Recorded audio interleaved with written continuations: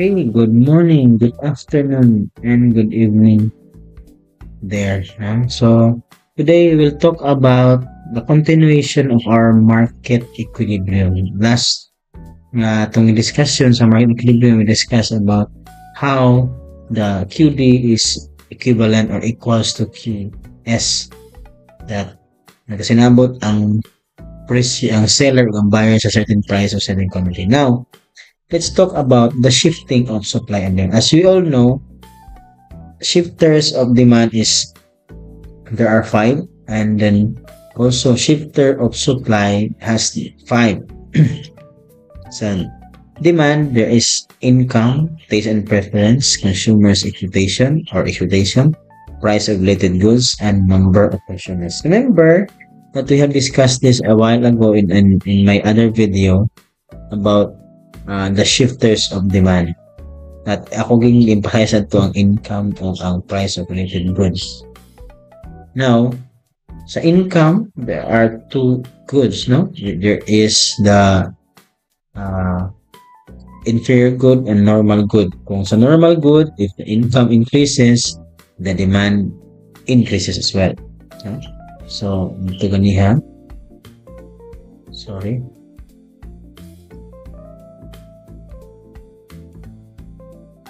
So, as I said, no?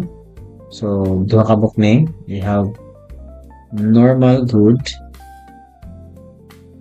and inferior good.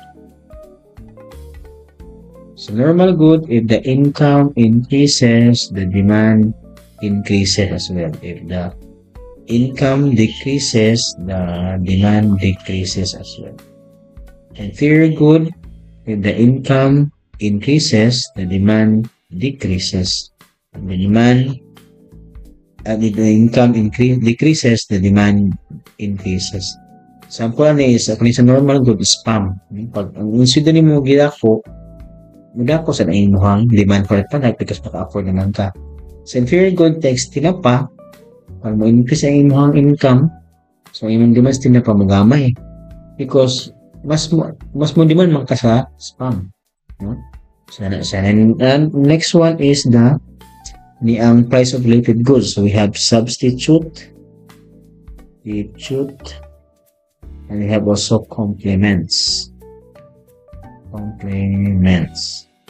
Substitute, pag ang price of the substitute increases, the quantity of demand for a product will also increase.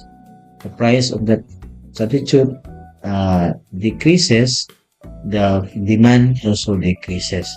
So complement, if the price goes up for the complement, the demand for that product or the complement will decrease, and if the price goes down, then so muna siya ang mga possible shifter of demand. So supply is wala kayo siya special about that, but then it also impactful when it comes to supply. The price of resources increases, mahal ang raw materials, normally mugamay ang inyong supply because you cannot produce more because it's expensive to produce. The number of producers, kung daghan ang producer mag-produce, therefore nag-increase ang presyo, mudaghan ito ng supply, kaya daghan ang producers. Technology, if the technology improves, it became faster and better, therefore it can produce more of that product even though the price will not change. Taxes and subsidies is also one of the ways that it will shift the supply curve inward or outward. So, taxes, for example, is patong sa iyong expenses, or kung mawala mag-in tax, it will be deduction of your expenses. And in subsidies, if the government or any private institution will help a certain businesses to produce more of the product, even though they operate and presyo, it will also increase its supply and expectation. If mamahal ugma, normally pag mamahal ugma lugar mamahal, so pag supply, pag mahal, you supply more. Pag barato, you supply less. So kung mahal ugma, you supply more tomorrow, less today. So okay. So siya about the shifter demand, and this will be very helpful in our next topic karon, which is about identifying the dynamics of shifting the demand of the supply. So to put it into perspective, let's have some scenarios to answer. So these are the things that you need to analyze. Okay, let's analyze the market of cheeseburger. Number one, analyze if there is a new green technology that cuts production time in half in making cheeseburger.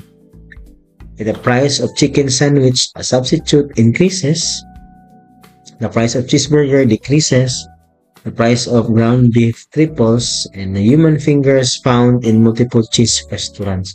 So let's try to analyze this 5 scenario and then let's check what will happen or what will affect. Kay this one mong good, ang maapektuhan na sa pag-shift sa supply and demand, ang maapektuhan na is the price and quantity. Okay? It will affect, so muna siya, so it will affect na dayon the price and quantity. Okay? So muna siya ang maapektuhan. Price and quantity. Okay? So, let's go over in each individual na scenario.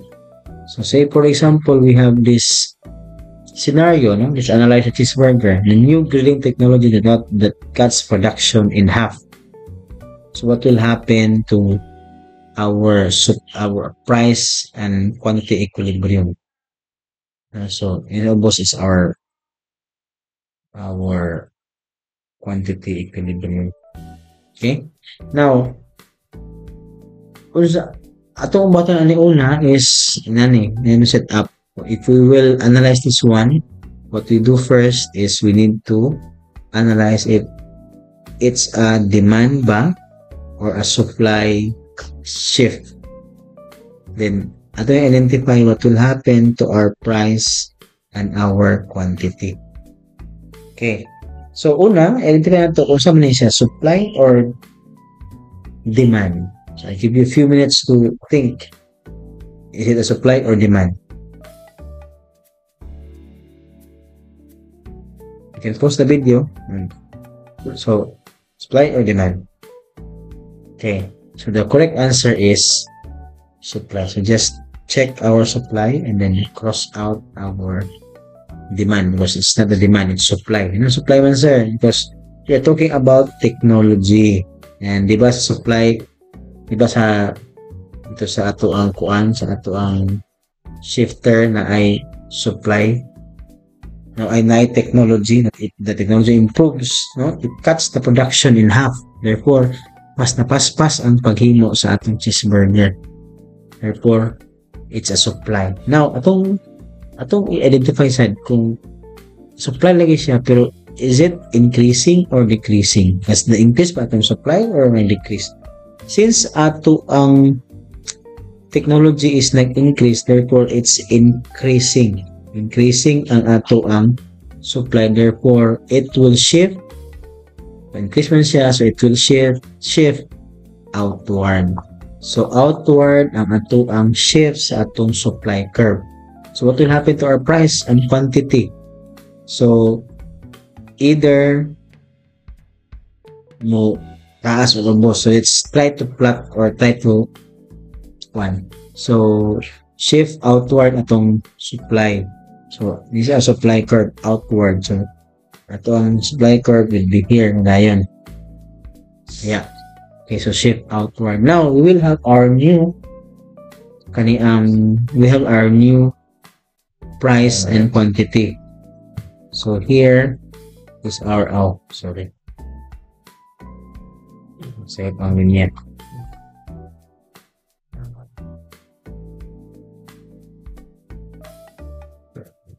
So here is our new price and quantity. As you can see here, kana. So what happens to our price? Our price decreases, our quantity increases. Diba? As you can see na, ang yung flow ba? Price karon niya, so this will be our P1 or Q1. Okay, so our price, our quantity increases and our price decreases. So price decreases and our quantity increases. So this one is very true sa production, sa supply sa face mask. Di ba ang face mask, the time sa atong sasagan sa pandemic, bago pa kayo, daghan gamay kayong supply sa face mask. Now, because daghan nagsaka ang demand, daghan kay gusto mag-produce sa face mask. Therefore, naay mga bagong technology nga na-invent na paspas ang pag-produce sa face mask. Now, ang face mask karon daghan na kay supply. Kay paspas naman kayo ang paghimo sa paspas naman kaya ang paghimo sa face mask. So, ang itabo is ni barato ang face mask o ni daghan ang quantity sa face mask or daghan ang quantity supplied or daghan ang supply karon sa face mask. Diba? So, it's very true to life kining mga pag-analyze. Okay? So, next one. So, nakuha ba? So, you can pause the video, absorb what is in there, and then, or you can go back to the video if you want. Next one is the price of chicken sandwich or substitute increases. So again, you need to identify if it's a demand or a supply shift. And then what happened to our price and quantity. So, at sa analyze mo sa siya, supply ba ni or demand? So, pause the video and analyze. Okay, what do you think? Is it a demand or supply? The correct answer is it's a demand. Ano man? Because we are talking about the substitute and it's talking about the price of the related goods. Nag-increase ang presyo sa atong related goods is na chicken sandwich, a substitute of the cheeseburger. Nag-increase ang iyang presyo. Nag-increase ang iyang. So what happened? Kung nag-increase ang presyo, diba? If you go back to our so kung substitute, if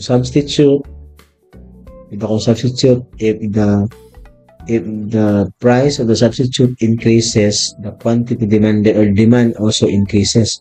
Nag-increase man ang presyo sa chicken sandwich, therefore nagmahal ang chicken sandwich, mas modak or increase ang inuhang demand for the chicken sandwich, therefore shifting your demand curve outward.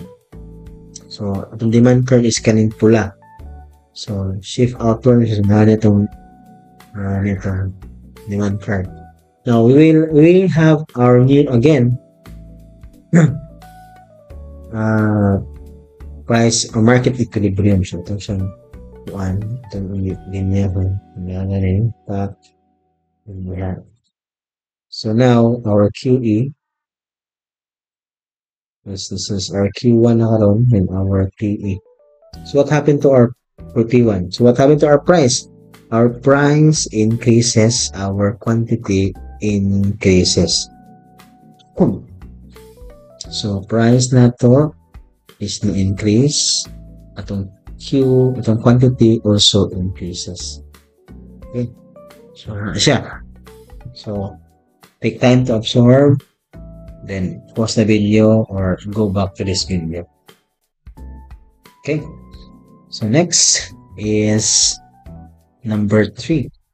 So let's analyze the price of cheeseburger. Ang price of cheeseburger decrease. So again, let's talk about if it's a demand or supply, or patterns of price and quantity. Okay, so pause the video and then try to analyze if it's a demand or supply.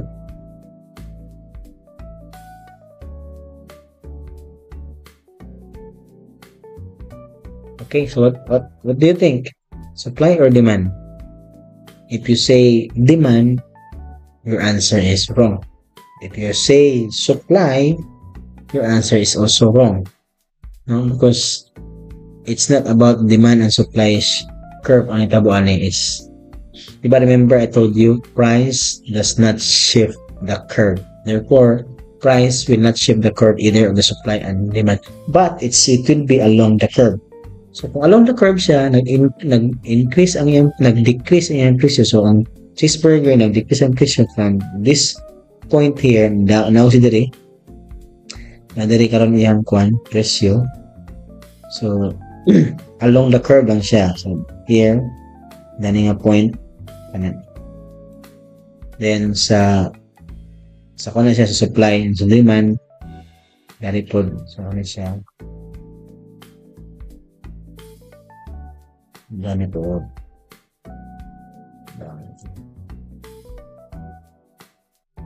ano sa okay, as you can see here dani ang point nag-move dili man mo shape ang atong supply or demand curve so it's along the curve so along curve here so therefore naadani so naadi ay nanin is what we happen is what we call there's a shortage naman shortage man because ginawag man ang presyo and according to the law of supply if the price goes down less ang iyahang i-supply but according to the demand if less mugamay ang demand mugay ang presyo mudaghan ang demand therefore ang ato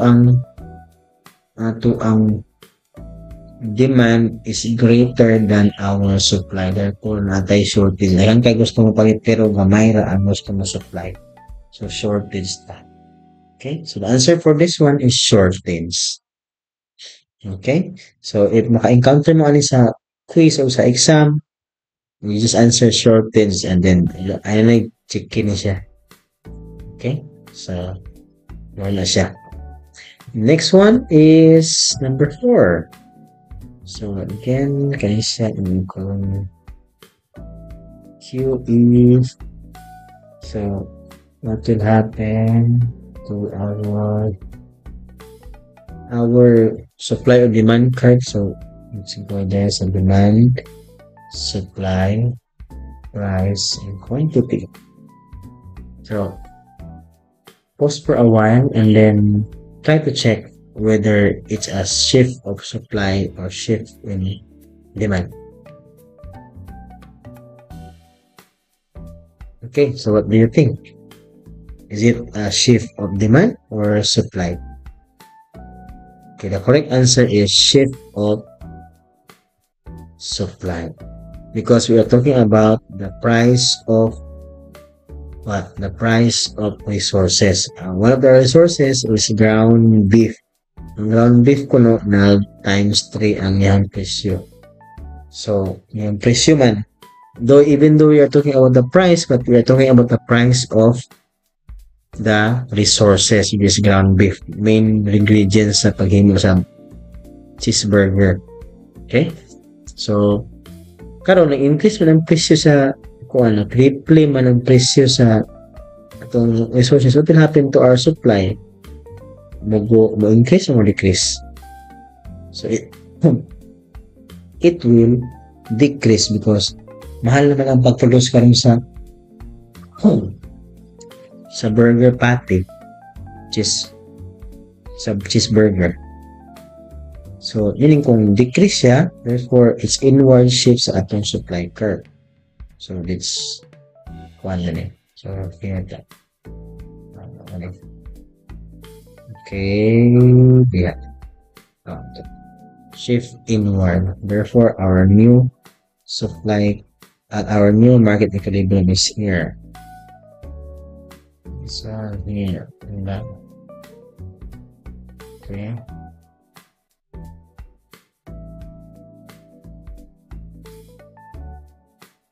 so therefore our price goes up our quantity goes down so price goes up our quantity goes down ano siya matabo pag mo saka ang presyo sa ground beef supply curve and shifter. Okay, so next is the last one which is nainakitaan na human fingers in multiple cheeseburger restaurant. What do you think is this one? A demand, a supply shift, and what will happen to the price and the quantity?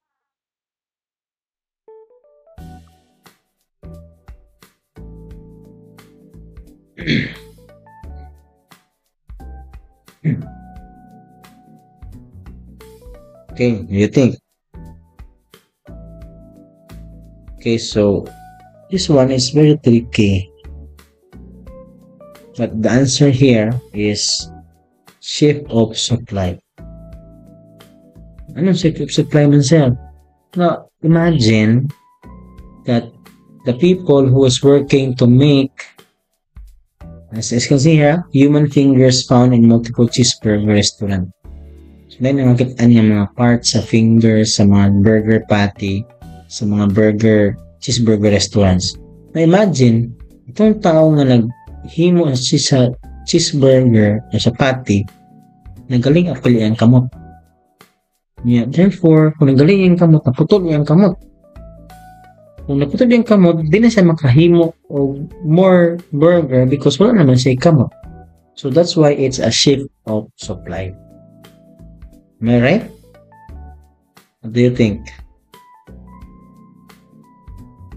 Di ba sakto nga, di ba? Kung wala na mahimo sa cheeseburger, therefore, less ang supply. And the correct answer is demand. I'm just joking around. No? So, it's demand. Ano man, it's simple na yung mga human fingers makikita niyo sa cheeseburger, therefore, ma-change ang imong taste and preference sa pagkaon sa cheeseburger, ani nga brand sa cheeseburger. Therefore, ang demand nimo is ang na-change. Therefore, kung ang demand nimo ani is na-change, kaya kita mo decrease ang imuhang demand for that product. So, what will happen now sa imong price and quantity since nag-decrease man ang imong demand? So, it will shift inward. So, inward ito ang shift. Tagandani. Itong shift. Okay. Yeah. So, inward shift. Now, we will have our new market equilibrium which is here. Yeah.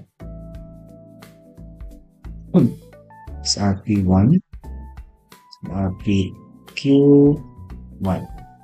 That is our price. Price goes down. Diba? And then, quantity goes down as well.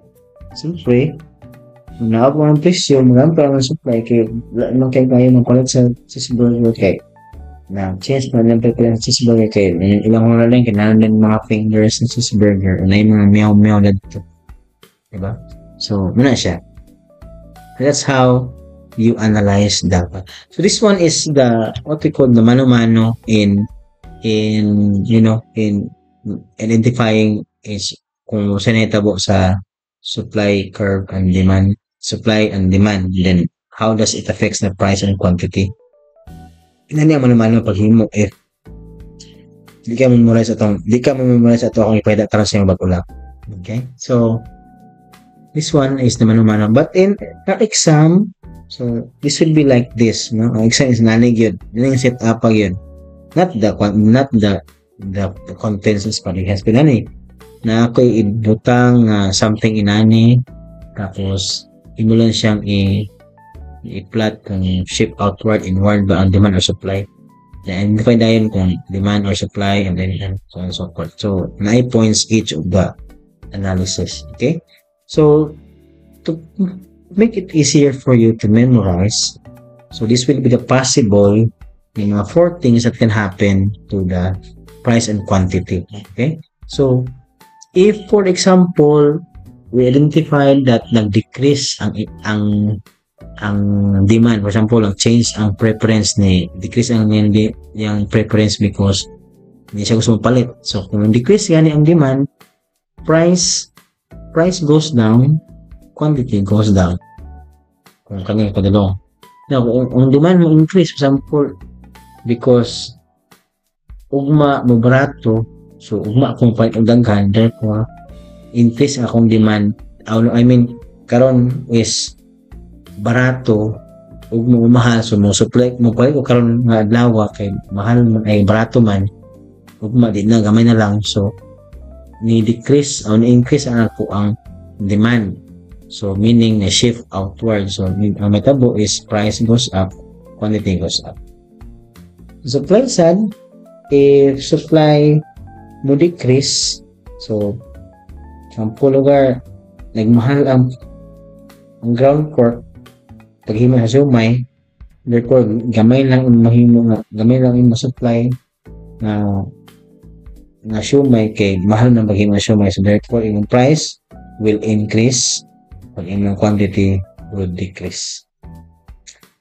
And the supply increases, if the supply increases, ang subsidy, gitigaan ka sa gobyerno sa subsidy para mas makatubos kag more siomai, for example.